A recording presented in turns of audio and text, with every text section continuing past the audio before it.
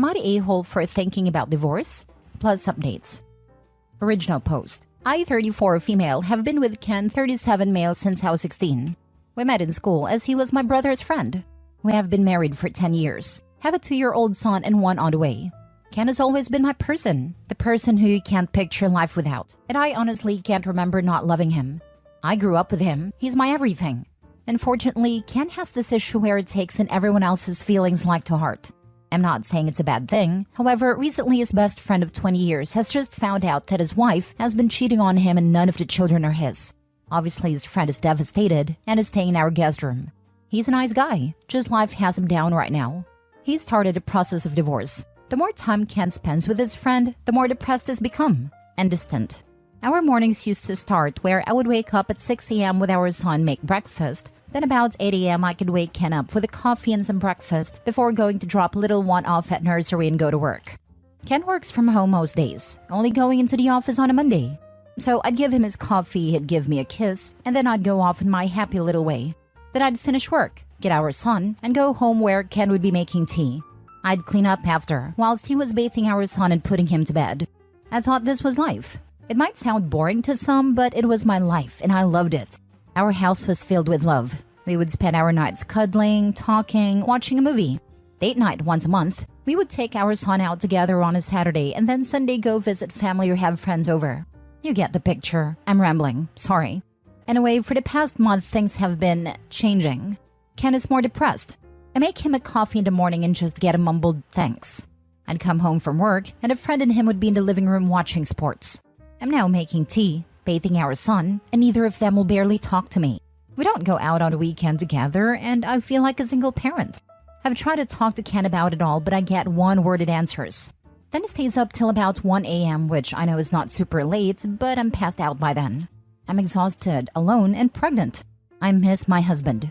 Yesterday I came home from work, and you know when something just doesn't feel right? Well, I went to find Ken to see what he was doing, as his friend wasn't in the house but Ken's car was. He was in his office looking up DNA kits for our son.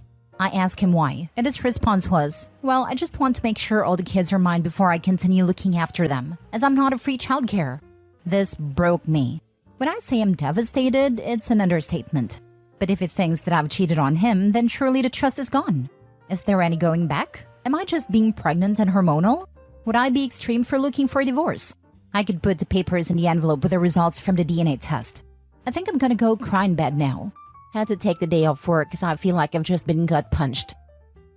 Now for the top comments before reading the updates. I think the friend needs to move out.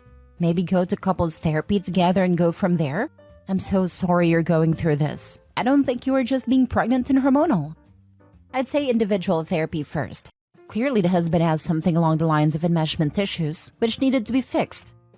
Your husband's feelings are being fed from his friend. Working from home a lot disconnects you from being social, and the only social activity he gets is depression from his friend. This friend has to go, and once he does, you two can work on getting back on track the way you were. You really need to explain this to him and he should understand. These are all actions of the other person, not your husband, if that makes sense. Get through this and you two can be that much stronger. But as long as this other person is around, I feel it will only get worse. Good luck. Misery loves company. His friend is miserable and projecting his toxicity in your husband. You need to talk to his friend and ask him to leave ASAP, as he is causing issues for your own marriage, and he has your husband questioning if his son is actually his. This friend is toxic and has been whispering in your husband's ear, sabotaging your marriage and family out of bitterness from what his wife did. If your husband kicks off at you for asking his friend to leave, then serve him divorce papers with paternity test results showing the kids are his, and tell him he has lost his family because he chose to listen to his a-hole bitter friend. Not just ask him to leave, throw his stuff to the curb. He's convinced your husband you're sleeping with other people. I'd be scorched earth. It's about your honor and your peaceful marriage, but it has also cost your children the love of their father. Definitely couples counseling after you get rid of this guy, with your husband understanding this is a divorceable offense. Now for the first update. Hello Reddit. Well, after my post earlier this afternoon, I cried, then read all your lovely comments and I couldn't be more grateful. I think posting about it here really helps for some reason.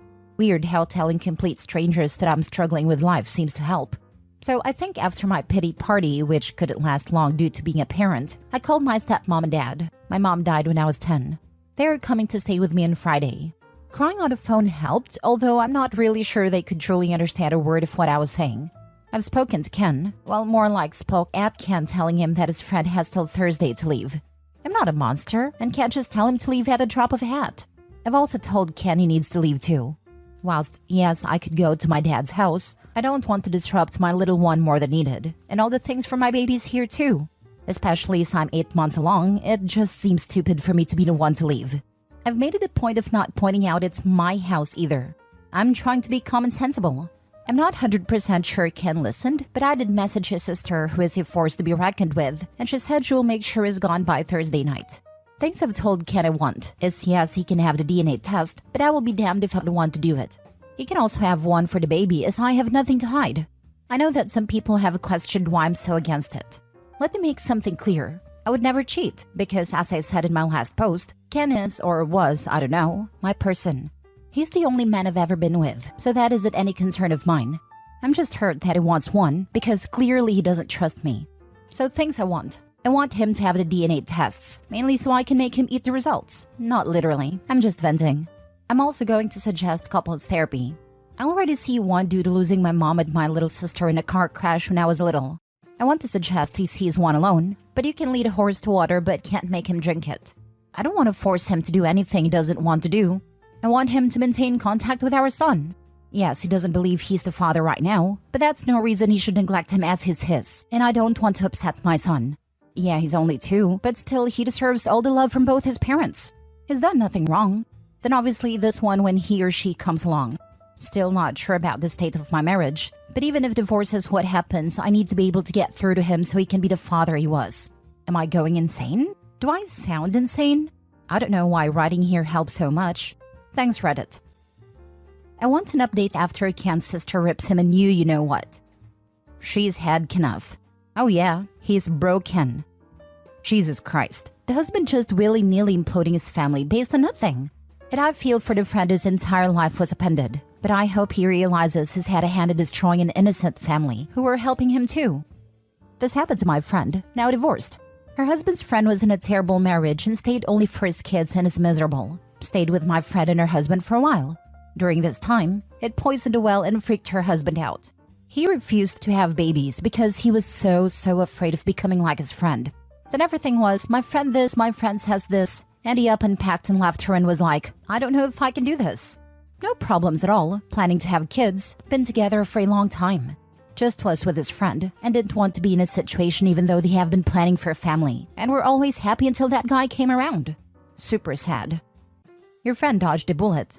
Scratch that, she dodged a missile. A well-forged piece of metal doesn't snap the first time it's tested. The man wasn't trustworthy and unable to give trust. Why would your friend want to stay married to and have children with someone flaky like that? Of course, the process of divorce is painful, but it was a blessing she found out when she did, rather than years later. I have a good friend who wasn't so fortunate. By the time she found out what a worm her husband was, she was almost past the age of having kids. I actually grew up with him and was his friend, but I don't speak to him after the way he acted, and she and I are still good friends. She doesn't have any kids and she really wanted to be a mom. She gave him her youth, and he squandered it by doing a bunch of dishonorable things I won't detail here. I hope your friend finds an emotionally mature and healthy guy, gets married again, and has the family she wants. Second update. Following my 2 other posts, I will answer some questions. Yes, it is my house. It was left to me when my mom died. I've lived here all my life. I didn't move out because I have a child and one on the way, so why should I be the one to leave? I get that some people believe I was the a-hole for asking him to leave, but as I was heavily pregnant, have a toddler, and it's my house, I wasn't about to leave. Yes, he could have stayed, but have you tried living with someone who just wants to argue or just not talk? I'd prefer my child not to live in that environment, thank you. At the end of the day, I'm a mother first, and a wife second. If you think that's harsh, then I don't know what to tell you.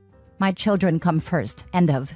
Well, Ken's friend did leave the day I told him he had till Thursday. He wasn't happy about it and shouted some insults at me, which was amazing. Ken's sister came and picked up Ken. I wish I could tell you what she said, but she didn't say anything in front of me. Just kept giving Ken death stares. We did get a DNA test for little one and Ken is the father. Obviously. Ken somehow thinks I've intercepted the results even though I wasn't the one that did it. I wasn't the one that got handed the results, etc. So he's clearly lost his mind. My dad came over and whilst I was making tea, my waters broke. My little girl is here. She's healthy and happy. She was 9 pounds 8 ounces, so no concern of anything with her. I'm now a mom of 2.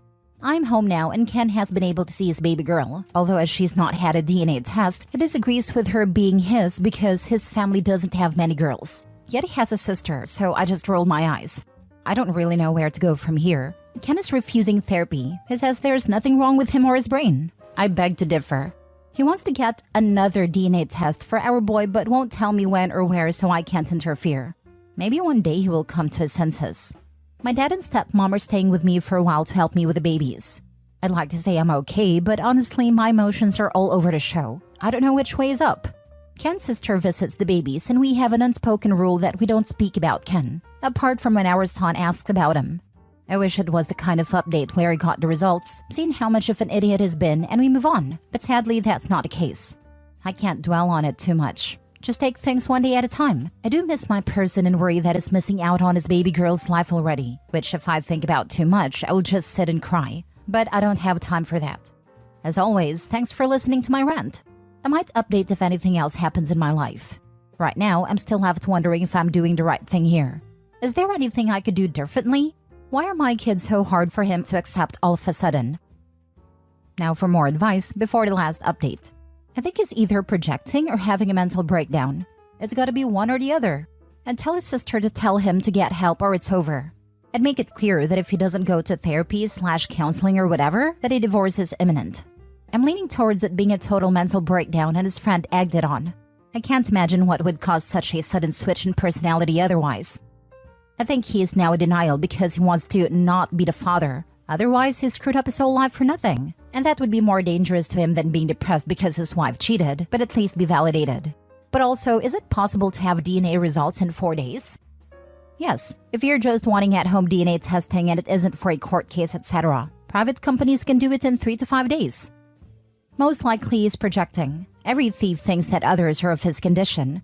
Another thing, if he uses the thing about girls, attack with it. The next time he says that there are no girls in his family or many girls, tell him that in that case, his mother cheated on his father, or he thinks that his sister was brought by the stork. Do whatever is necessary legally to ensure daddy's supporting the kids financially. Do not let him off the hook. Now for the last update. Hello again, Reddit. Things have been bizarre, but now I have closure. I know what's happened to my marriage. I know what scum Ken really is. He's not my person and never truly was. So now I just want to divorce him, cut my losses, and move on with my life. I'm still at home with my babies settling into motherhood. My dad and stepmom are still here, but they will be leaving soon once I'm more emotionally stable. To say I'm okay would be a lie, but now I know what I need to do. I have some sort of closure with Ken. I know what happened with him and I know that is not my fault. Turns out Ken was having an affair and has a baby on the way. Even typing that makes me want to throw up. I found this out when a visibly pregnant lady just knocked on my door and asked me when I would be leaving the house as it's Ken's house. When I say this confused the crap out of me, I mean it. I talked to this woman for a while to try to work out what she was talking about. It turns out that she's Ken's side piece. Well, technically in her head, she's his fiancé. A month ago, Ken got down on one knee and proposed her in my freaking kitchen. Classy, right? So they have been seeing each other for a while. She's having his baby. She believes I'm the ex-wife who Ken is letting stay in his house till I get on my feet. We apparently broke up a few years ago, and none of my kids are Ken's. When I go to work in the mornings, Ken goes to her house and works from there. They were waiting for marriage to move in together. How are you trying to marry someone when you are already married? Freaking weirdo. I asked for proof of all this. She has pictures of them together. Apparently, she has a lonely fans account that they make content together. Vomit. I told her we are still married and explained everything to her. I'm not sure what she's going to do, but hey, not my circus, not my monkey. Now I want a divorce. Is it true that once you talk to a solicitor about divorce, they can't represent the person you divorce? I want to go around our town and meet with as many solicitors as possible as the first hour is free, so that he has a very hard time getting representation? Is that too petty? The house is in my name only and is protected, so there is no way he can take it. I have all my money, and we do have a joint account, but that's just what we put our share of household bills in. I haven't spoken directly with Ken. His family have completely cut him off and has been kicked out of his sister's house. All those people that was concerned about him having tumor or something wrong with his brain, I really don't think that's the case. I think his actions just caught up to him as his lies were going to come out once his baby was born. I think that's what happened. He got backed into a corner and tried to fight his way out. Through divorce process, I will get the court to do DNA testing so he has proof for both, even if it chooses to not believe it. I'm mentally exhausted from all of this and sat wondering how I didn't notice. Might have to go for a night test. But honestly, would I be so wrong for just making his life as difficult as possible to get legal advice? Or is that too far? I want him to suffer. Everyone knows that family law judges love it when you deliberately complicate the process out of spite for your soon-to-be ex. It's basically their favorite thing. It's also just a bad idea, even if you don't take that into account. But yes, this is an easy way to tick off a judge. OP wants to be divorced at this point. Make it so that ex can't find representation in the area just makes the divorce take longer and cost more money. It may make sense as a strategy to block your ex from one or two particular attorneys/firms, though I won't comment on the ethics or morality of doing that, but it doesn't make any sense to try and block them from everyone. This is like the 10th story where the affair partner shows up to take the house that isn't even the cheaters to begin with. I used to own a house that I let my friends, or friends of friends, rent rooms from me while I also lived there. Some stayed for a year, some only months. Multiple people would lie to whoever they were dating at a time and tell them they owned a place. Blew my mind when it happened the first time. By the third and fourth time, I wasn't even fazed by it. For real, it's weird how people have this compulsion to lie about owning a home. I bought a house, and my now ex-boyfriend moved in with me. His credit was terrible and we couldn't get an apartment together. So I decided if I was going to be liable for everything, then I would buy. After I broke up with him and kicked him out, a friend/coworker came to me and was clearly struggling to tell me something. Her friend's boyfriend worked with my boyfriend, and my boyfriend had been telling people he bought my house. My friend's friend quickly corrected things, but it was telling that dropping the boyfriend was the right move on my end. They lie about saving for a home too. When I was single and dating, there were so many dudes in their late 20s who lived with their parents, but were doing so to save up for a house. The simple question, so what is your timeline, usually got a glassy-eyed stare. I just stopped agreeing to date anyone who still lived with their mother at that point. Ugh.